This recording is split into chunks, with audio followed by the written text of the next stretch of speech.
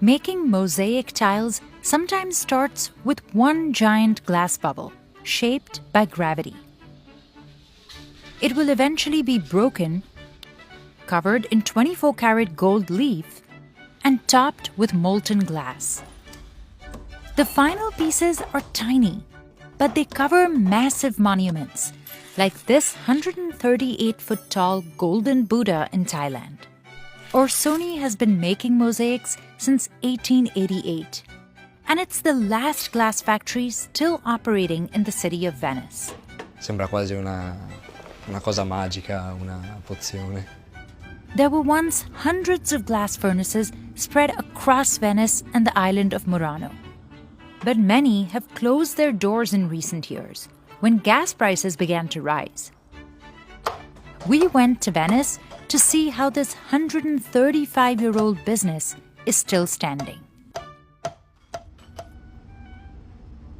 Every morning, Constantino Drai checks on the molten glass that has been cooking overnight at 2,500 degrees Fahrenheit. He's working on an order of blue glass with Orsoni's color master, Michele Giumana. They add powdered coloring to the molten glass and start mixing. They take out a small sample and wait for the color to reveal.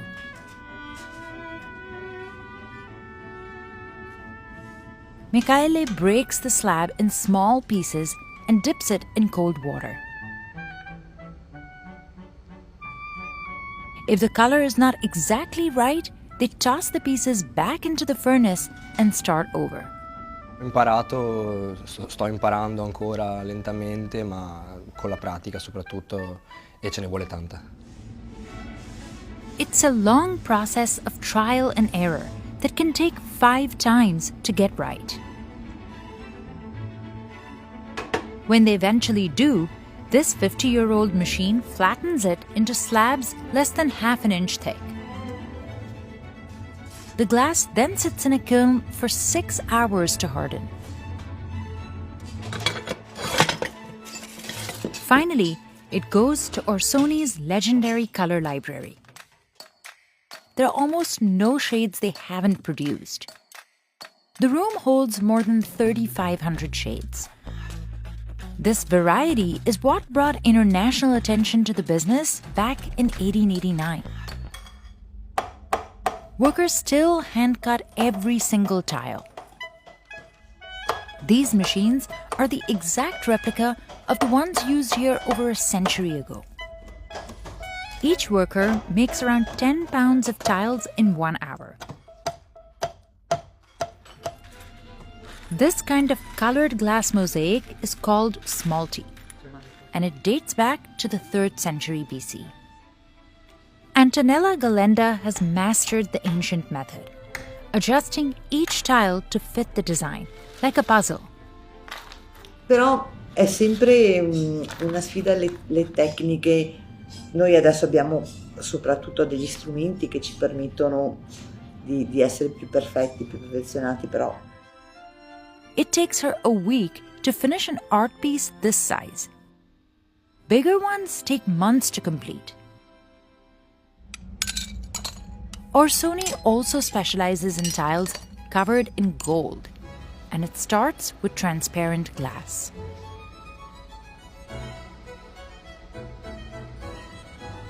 Michele rolls the molten glass back and forth on a metal table to mold it. An air compressor shapes the glass into a giant 40-inch bubble. He has to be careful. If it's too thin, it could shatter. Michele used to blow the bubble himself, but a machine saves him time. When he is happy with the size, he cuts it at the tip. He makes 70 glass bubbles in a single day. Perciò un giorno intero di lavoro. Next, the thin bubbles are cut into smaller square pieces.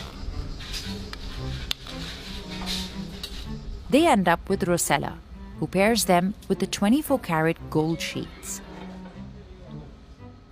Orsoni buys the gold from a family that makes it with ancient techniques. She passes every piece on top of the steam, which works as glue. Back in the furnace, the glass burns at a lower temperature, 1900 degrees Fahrenheit, to make it less liquid. Workers place the sheets on a spinning wheel and add the molten glass on top. And then a pressing machine flattens them. E quindi ci vuole velocità. They can make 2,200 of these in a single day. When the glass cools, it ends up with Manuela Bonicelli, who cuts the plates into small pieces. She dips the edge of a diamond-shaped cutter in petroleum jelly to help the blade glide smoothly. She can spend 8 hours breaking each gold leaf into 16 perfect squares. It may seem simple, but it can take a toll on the body. Appunto dipende dalle braccia, dalle gambe, poi una posizione che devi appoggiarti proprio sopra i gomiti, sopra le ginocchia. Manuela started working here when she was just 16 years old. C'erano le signore più anziane di me, non è una scuola, ma c'erano appunto queste signore che mi insegnavano. E quando ti riesce un lavoro che le tessere vedi che sono quadrati belli, perfetti, allora mi commuove veramente, devo dire la verità. Artisans have been making glass in Venice since the 5th century. And the mosaics industry flourished on the island until 1291, when all glass furnaces were ordered to move to the island of Murano. The government said it was to prevent risk of fire, but many historians believe it was to isolate secret glassmaking techniques. Angelo Orsoni was born in Murano in the mid-19th century and started working in the glass factories when he was 7. The celebrated mosaic artist Gian Domenico Facchina recognized his talent and offered him a job at his Venice workshop in 1877. A decade later, Orsoni inherited the business. His work received international attention in 1889 at the Exposition of Paris, when he presented a tile panel featuring hundreds of colors from his library. It was the same fair that celebrated the debut of the Eiffel Tower. But the glass industry in the Venetian islands has been shrinking for decades now. Giancarlo Signoretto runs a glass workshop 2 miles away in Murano.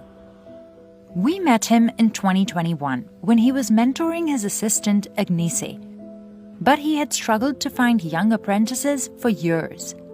Se oggi non abbiamo giovani dobbiamo ringraziare. Io sono del parere che insegnare e lasciare qualcosa è un valore aggiunto di un maestro.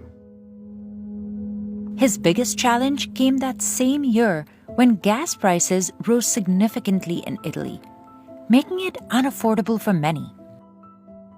That's because back then, Europe imported about 40% of its natural gas from Russia, which had been limiting the supply. Using less gas isn't really an option. These furnaces have to run 24/7. Ma con un forno che noi non possiamo spegnerlo perché è sempre acceso.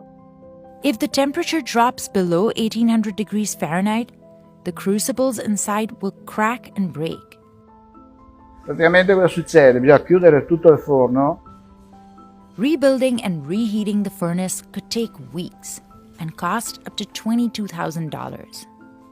È un giocattolo che costa tanto e se non lo sai usare ti freghi tutti quanti i tuoi benefici, tutti quanti i tuoi quattrini che hai messo via.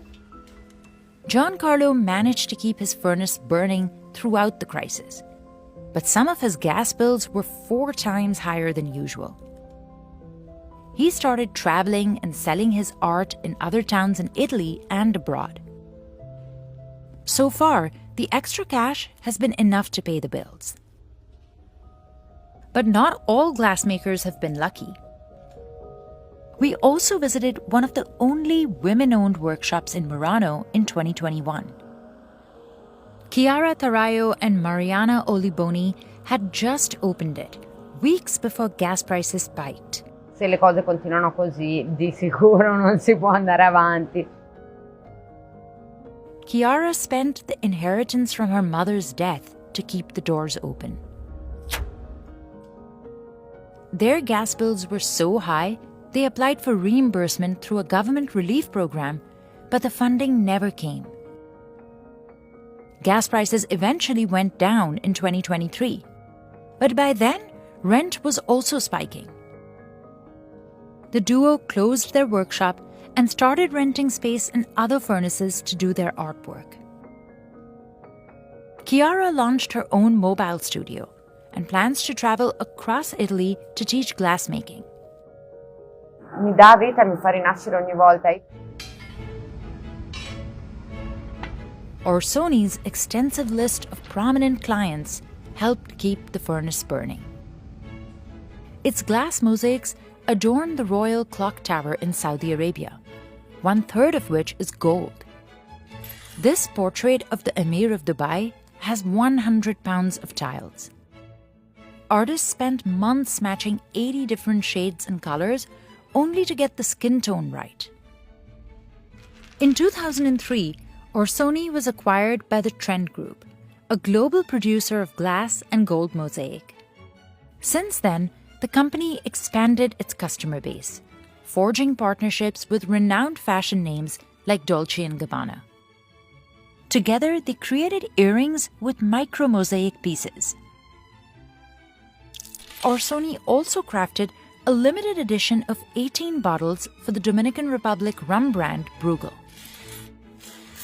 But its biggest project yet is the People's Salvation Cathedral in Romania, with 4 million gold mosaic tiles decorating it so far.